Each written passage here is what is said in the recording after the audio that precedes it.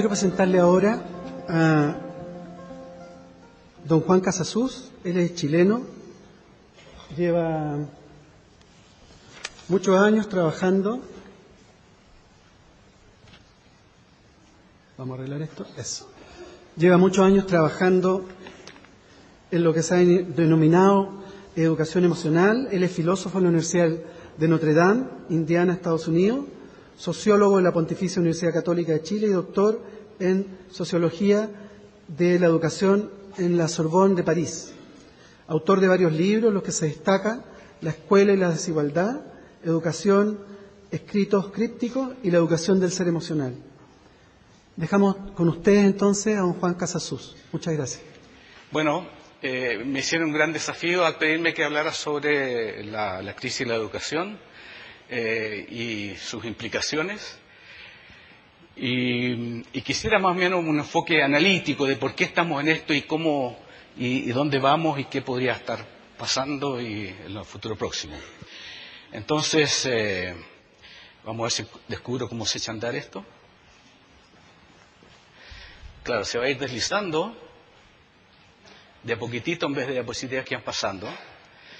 Y en realidad, para mostrar esto como primera pantalla, que la educación trata la forma de ser de una sociedad.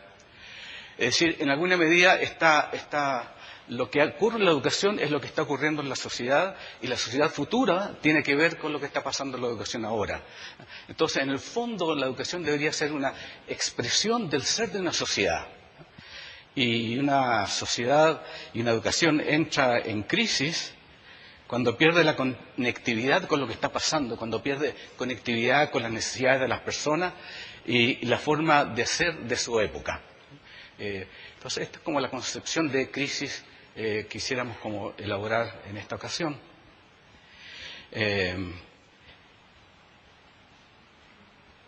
Y vamos a ver, estos son los temas que quisiera poder mencionar apenas, porque cada uno de estos temas, cada una de estas imágenes da para una conferencia muy amplia, así que son como pequeños toques a los Shabbat para poder dar una idea de cómo se está moviendo esto. Lo que es interesante es ver es cómo se ha ido cambiando y cómo van cambiando las cosas y por qué la educación tiene que estar conectada de alguna medida con el movimiento, con el movimiento como el que acabamos de ver cómo se puede hacer este movimiento armónicamente.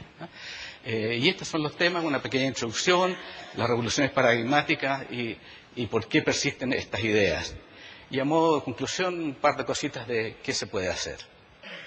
Entonces, a modo de introducción, vamos a nuestros textos fundamentales de nuestro país.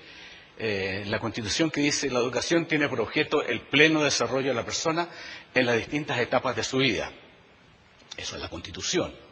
Y en la Ley General de Educación tenemos en el artículo 2, el único buen artículo que hay en esa ley, y que dice que la educación tiene como finalidad alcanzar el desarrollo espiritual, ético, moral, afectivo, intelectual, artístico y físico. Hacia esto debería apuntar nuestra educación. Estos son nuestros textos fundamentales. Entonces, empecemos por el pasado, para ver cómo ha sido este movimiento. Y esto es lo que estamos llamando nosotros las revoluciones paradigmáticas. El paradigma es como una sociedad se entiende a sí misma, qué conceptos utiliza, qué metáforas utiliza, qué manera de entenderse y moverse dentro de estas metáforas. Y es a partir de eso que tenemos ciertas conductas. Y han habido ciertos cambios muy, muy importantes. Si vamos a la Edad Media está todo integrado, una visión absolutamente estática, coherente, dentro de una visión religiosa, independientemente si es en Oriente o en Occidente. Pero de repente empieza a ocurrir una cosa en el glorioso siglo XVII, el gran y glorioso siglo XVII, viene lo que llamamos la revolución científica. Y ahí tenemos unos grandes personajes. Mucha gente contribuyó a esto, pero estos son como quizás los más significativos. En realidad esto había empezado antes con Leonardo da Vinci, pero sus escritos sobre estos temas aparecieron después, 100 años después de su muerte. Entonces, quizá empezando por Galileo, que formó lo que él constituyó, hizo como, dijo, hay que transformar las cosas de manera que se puedan medir que se puedan transformarse en objetos y ver cómo funcionan las relaciones entre estos objetos. De él depende esta frase que nos afecta tanto hoy día y que dice lo que no se mide no existe. Y esto afecta de manera extraordinaria la educación. Kepler, que vio movimientos de los astros, Bacon, que dijo, bueno, lo que tenemos que hacer es tener una visión empírica de la realidad, Descartes, el gran René Descartes, que el padre de la filosofía moderna, estableció un poco como también es el fundador de la ciencia, porque hizo una ecuación de que lo que era científico era la verdad. Y a partir de Descartes ha empezado esta cosa que lo científico es lo verdadero. Todo esto fue configurando la idea de que en realidad el universo funcionaba como una máquina. Todos eran parte de una máquina. Y Harry, que volvió a ser humano, dijo, claro, todo sistema sanguíneo funciona como si fuera una bomba hidráulica. Borelli, lo mismo. Los músculos son movimientos como de una máquina. Newton, ¿para qué decir? De toda la física newtoniana. Y Locke, por último, que integró al análisis de la sociedad que cada individuo era parte de un gran otro. Entonces, esto fue lo que fue constituyéndose en la revolución científica, que llevó a tener una visión mecánica de la sociedad. La metáfora en este caso es la máquina. Esta revolución científica, sobre todo con influencia de Galileo, hizo que en la visión del mundo, lo que era verdadero era lo que era objetivo y externo. Todo lo de los sentidos, todo lo subjetivo no tenía ningún valor. Entonces, por eso se empezó a hablar de la visión mecánica, y la metáfora que integraba todo esto era la máquina. Y el foco, lo que empezó a hacer el foco en todo esto es la parte, focalizarse en la parte. Y esto generó una visión importante del desarrollo científico. Entonces hoy día tenemos, por ejemplo, en medicina, en vez de tener como el médico de familia que veía todo, vemos el que ve el hígado, el que ve el codo, el que ve la nariz, el que ve... En fin, o sea, mucho conocimiento muy específico sobre las partes. Y el todo se veía como una colección de partes, en el fondo. La pregunta que surge de esto es de qué está hecho esta cosa. Entonces, y la respuesta es, para poder analizar esto, siguiendo como método de Descartes, descomponemos, analizamos y medimos. El foco de esto es cuantitativo, el pensamiento es lineal. Esto influenció mucho en la década como en las etapas del desarrollo económico, por ejemplo, para ponerlo en otro plano. Si yo aprieto un botón aquí, tiene que ocurrir esto, estas cosas, la modernidad va a llegar con esto. La idea es homogeneizar, que todo sea absolutamente igual, y es con una visión como reduccionista. Entonces, esta es la metáfora que empezó a dominar el mundo desde fines del siglo XIX hasta como principios del siglo pasado, como hasta 1950, por ahí.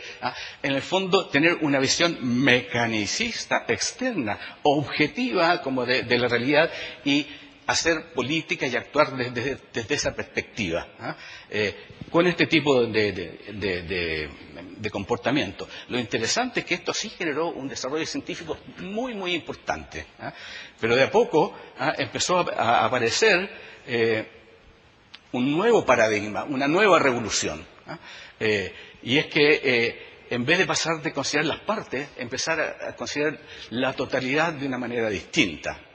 Y de esto, de nuevo, pongo las figuras porque para que vean que siempre hay personas concretas detrás de esto. No es algo que ocurra así en el aire, sino que son personas que lo hacen esto. Primero están todos estos tremendos científicos cuánticos, de principio llevan más de 100 años. Es una cosa que nos ha costado incorporar la revolución de la física cuántica. Por supuesto, Planck, no voy a detallar lo que hace cada uno, pero en fin, creo que la base de esto quizás es como introducir al observador, a los sujetos, en los fenómenos, y por lo tanto los fenómenos que eran objetivos y externos antes empiezan a sufrir la influencia del observador en el evento. Entonces la realidad empieza a ser transformada por la persona que lo está observando. Es como cuando uno hace una tesis de maestría o de universidad para poder estudiar un fenómeno. Uno interviene en la tesis, define un problema, deja cosas de lado, pero y empieza a modificar el objeto de estudio uno mismo por lo que quiere encontrar. Y al final termina algo que es una mezcla de lo que uno está tratando de hacer con pedacitos de la realidad y lo transforma en un resultado.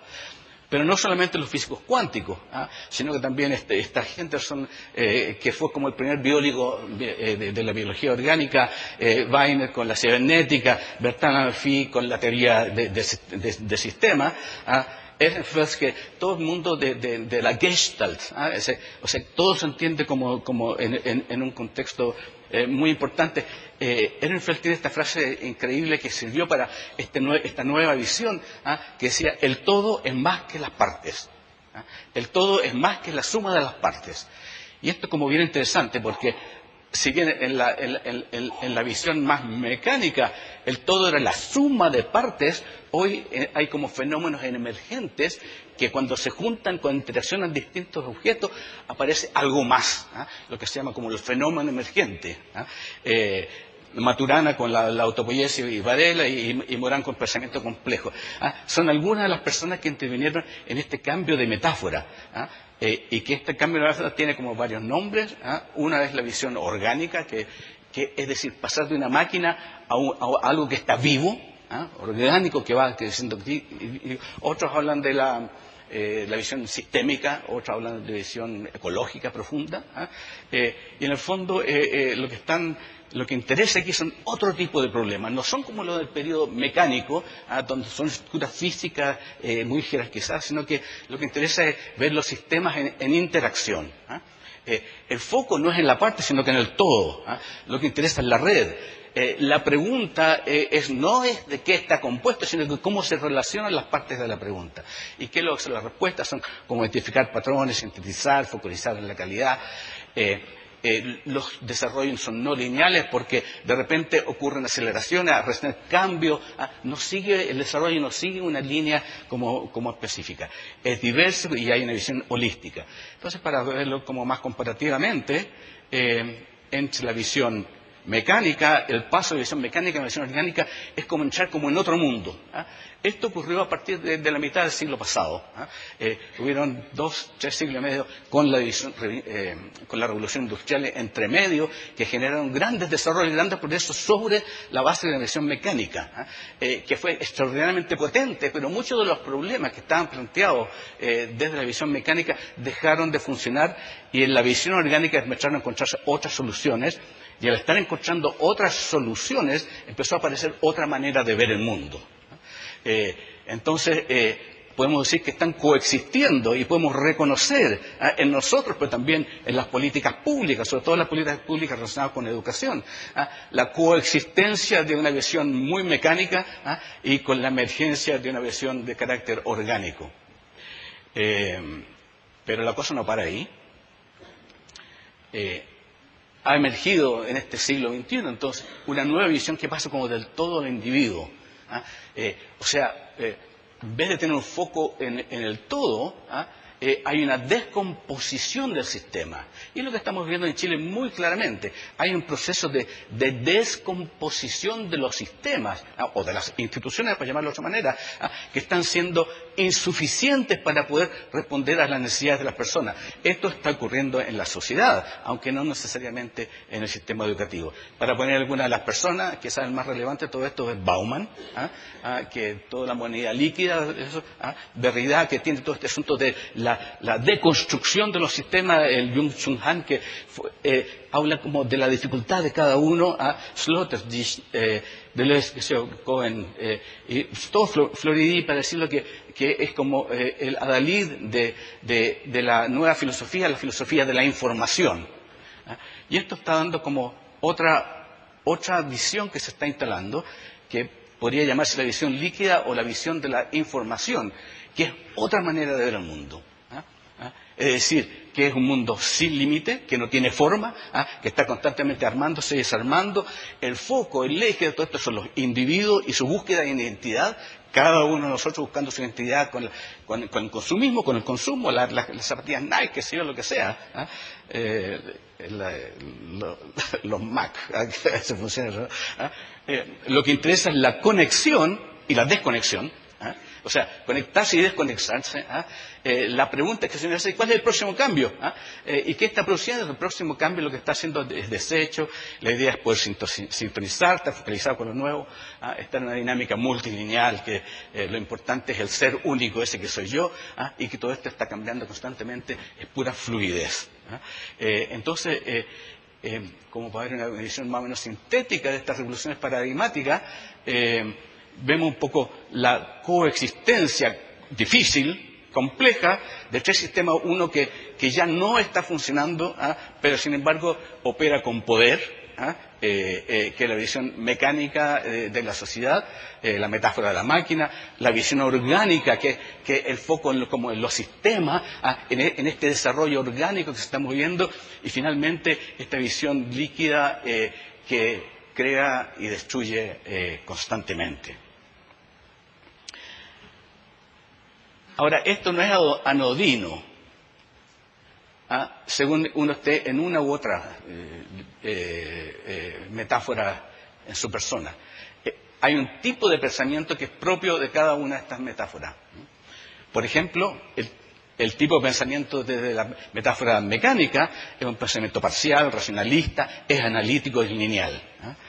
En el orgánico es integral, emotivo, es sintético, no lineal. Son dos formas de pensar distintas, son personas muy distintas en su raciocinio. Y por último, en lo líquido, es mucho más focalizado, eminentemente creativo, procesa información constantemente, está constantemente procesando información, y es como fractal, fractal en el sentido de que cambia de dimensiones, cambia la forma, reproduce la misma forma, pero la va cambiando en ese proceso.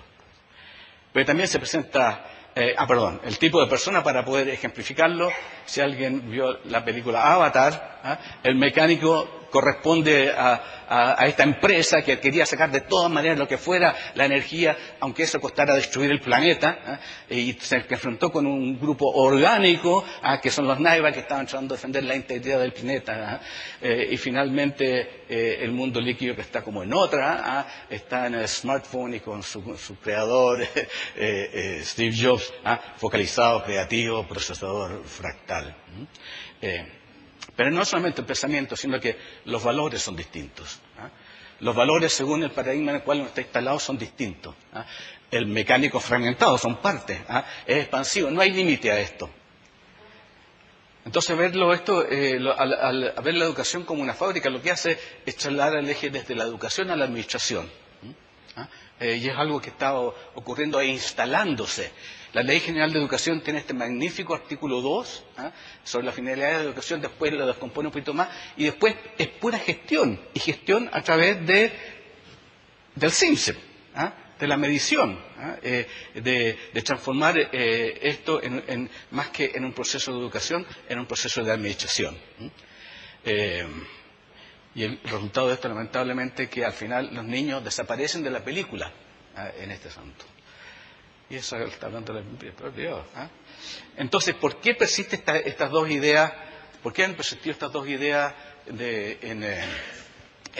a lo largo del siglo XX y aún ahora? Porque hay tres corrientes que están sosteniendo estas dos ideas de la fábrica y la tabla rasa. Uno que es el conductismo, la otra la pedagogía industrial o el currículum eficiente, y la tercera disciplina es la psicometría. Entonces, déme una vueltita a eso. Acuérdense que para el conductismo, el ser humano es una máquina compleja. Estamos en la concepción, bajo la influencia de la metáfora de la máquina, bajo la influencia de tratar de transformar todas estas cosas en disciplinas reconocidas. Entonces la psicología también pasa a ser parte de eso. La psicología, para ser reconocida en un tema de estar reconocido por las otras ciencias como duras, entonces busca formarse en una disciplina. Y estos son algunos de los grandes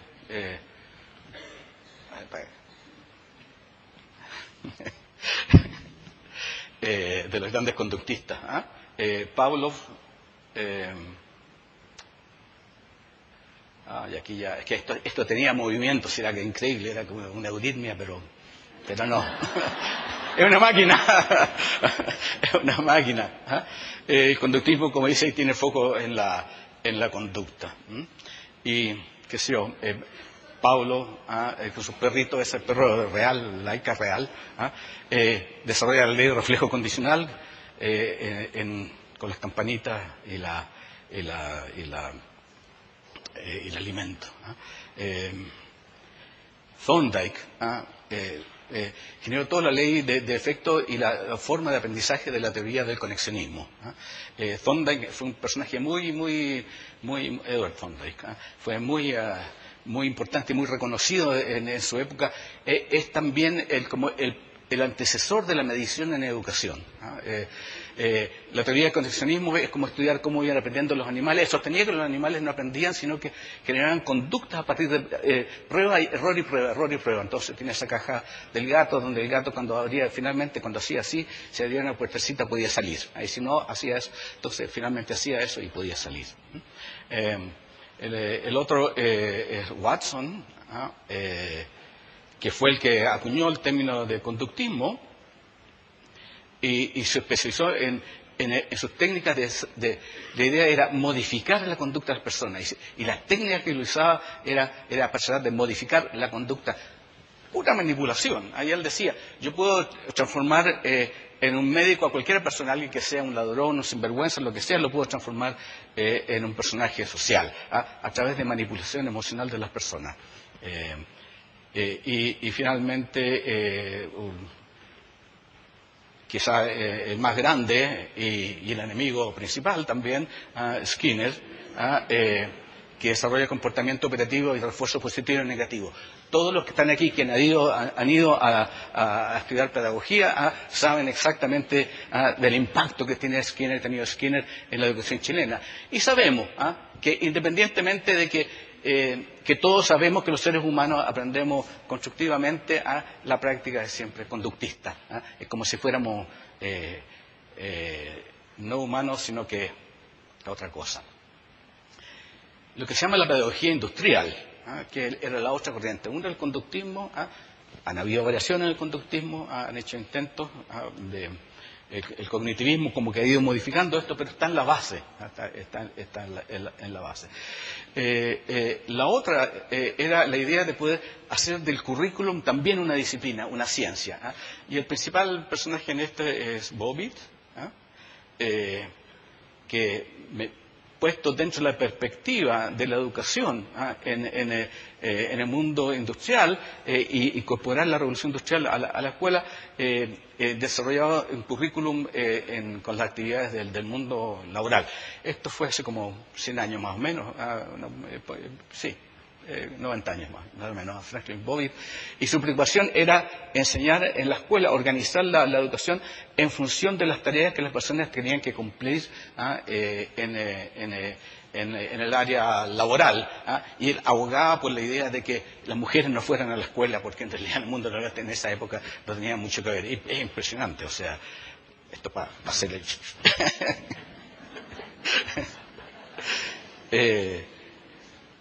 el otro es un gran conocido, gran influenciador de las políticas, que me queda poco tiempo, Bloom, que pertenece a la misma corriente, que entonces genera, la idea es como, primero, asociar la educación al mundo laboral, con Bloom estar fijando los objetivos de la educación, específicamente relacionados con el mundo laboral. Ahora viene Ralph Nader, no Ralph Nader, Tyler, ese era otro. Donde el punto es que y Tyler vino Bloom y Tyler han venido muchas veces a Chile, tienen una gran influencia en el desarrollo de la educación en Chile. Y el foco está en los objetivos curriculares, y la idea del objetivo curricular es el cambio de conducta. Y la evaluación, y esto es como decía el padre formal de las evaluaciones, la evaluación es poder tener que el currículum ha sido efectivamente logrado, que el objetivo que se quería enseñar ha sido efectivamente logrado, y eso, por lo tanto, habría que medirlo de alguna manera. Y finalmente Gagné, que estableció el foco de los objetivos internacionales es ver cuáles son las competencias y los procedimientos que hay allí. Gañé decía que no debería haber currículum, lo que debería es objetivos instruccionales. Y por último, la tercera disciplina que nos afecta muchísimo es lo de Binet, psicólogo y pedagogo de fines del siglo XIX, principios del XX, que fue ustedes lo saben, fue el padre, el que hizo el primer test de inteligencia. Y su idea era para que los niños ver cómo generar educación para que los niños discapacitados pudieran finalmente tener mejores aprendizajes. Esa era su idea. Pero esto generó toda una discusión acerca de la inteligencia, qué es lo que es la inteligencia, cómo funciona esto, etcétera. Esa es un poco la idea de Binet. Entonces, si no me equivoco, fue en el 1911 que en París se convocó a todos los psicólogos del momento para discutir qué es lo de inteligencia, qué es lo que es la inteligencia. Obviamente, no llegaron a ningún acuerdo, llegaron a un acuerdo, no hubo acuerdo acerca de qué es lo que era la inteligencia, pero al acuerdo que llegaron, y esto nos toca muy cercano a nosotros lo que está pasando hoy con la educación, acordaron que inteligencia iba a ser el resultado del test de inteligencia. ¿Ya? Entonces fue muy extraordinario. Binet tuvo después pasó a Estados Unidos, está el famoso Stanford Binet, que después pasó a Chicago, generaron ETS, el NEP, todos estos sistemas de medición que tienen los americanos, y ETS, y que transformaron entonces los test de educación, las pruebas de opciones múltiples, todo esto, SAMESE, PISA, que no es de la UNESCO, es del Organismo de Cooperación Económica.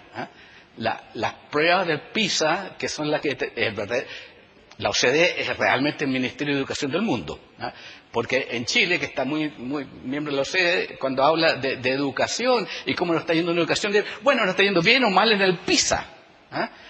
No en los contenidos de la educación, sino que qué lugar estamos ocupando, en qué dimensión, en el PISA, que es un instrumento creado por una institución de cooperación económica. O sea, el sistema valórico en relación al PISA tiene que ver con el mundo de la economía.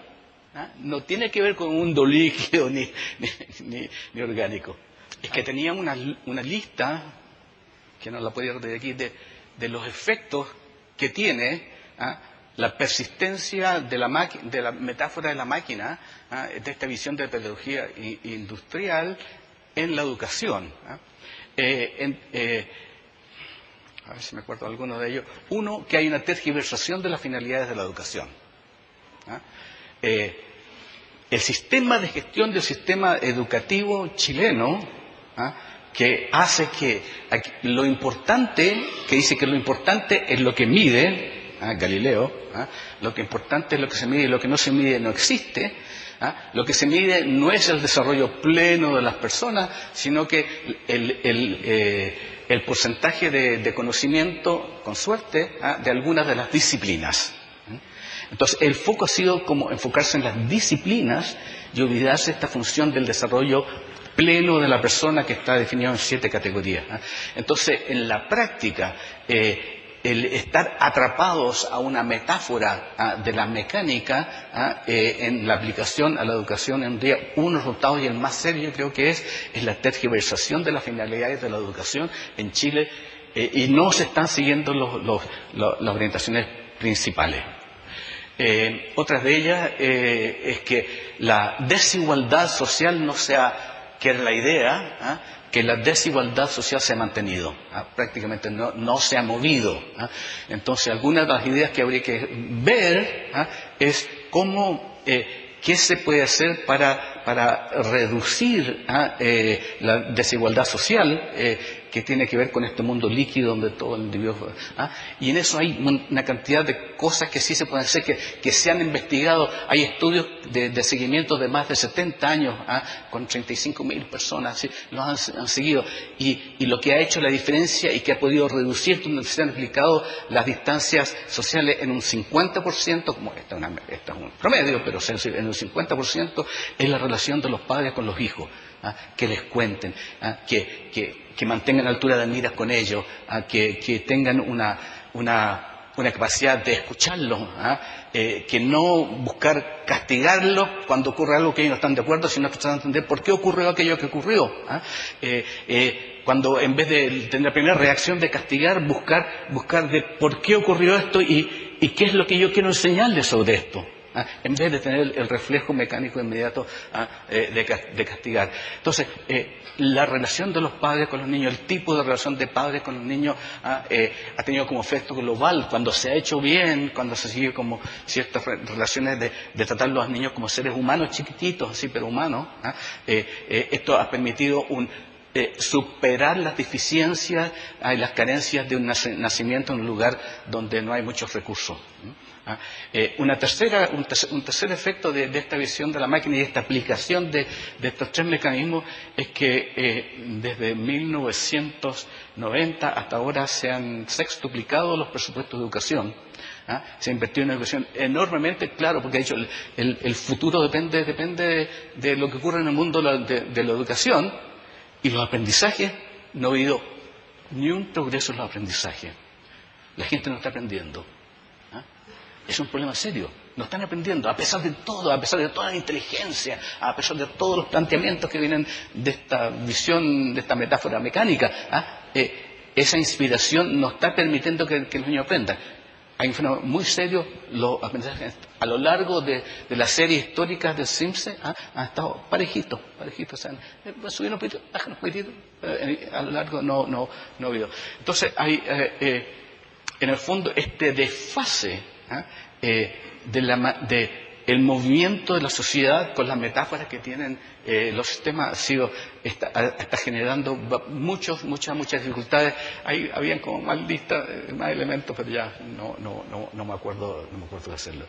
Entonces, un poco para concluir, o sea, hay un desfase muy grande, tiene consecuencias bastante graves.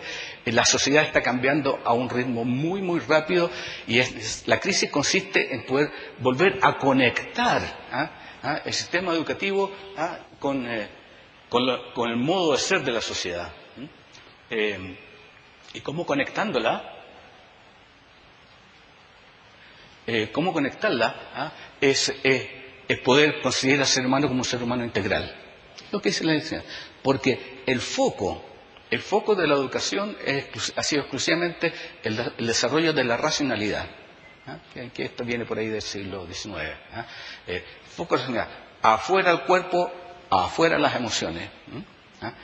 Y lo que más se ha probado, y con esto quería terminar, lo que se ha probado, que el elemento que influye más en el rendimiento escolar, más que el conjunto de todas las otras políticas que se aplican, lo que afecta más el rendimiento académico del alumno es el clima emocional del aula.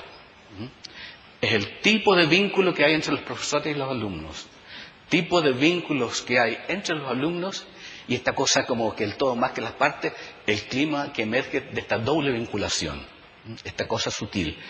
Es esa posibilidad de sentirse seguro, de sentirse visto, escuchado, conectado, sin juicio, sin crítica, por ser uno quien es. A uno le habla en la cabeza, le habla el corazón y le habla el cuerpo para aprender. Y ahí sí que uno aprende. Entonces, muchas gracias por la paciencia y... Gracias.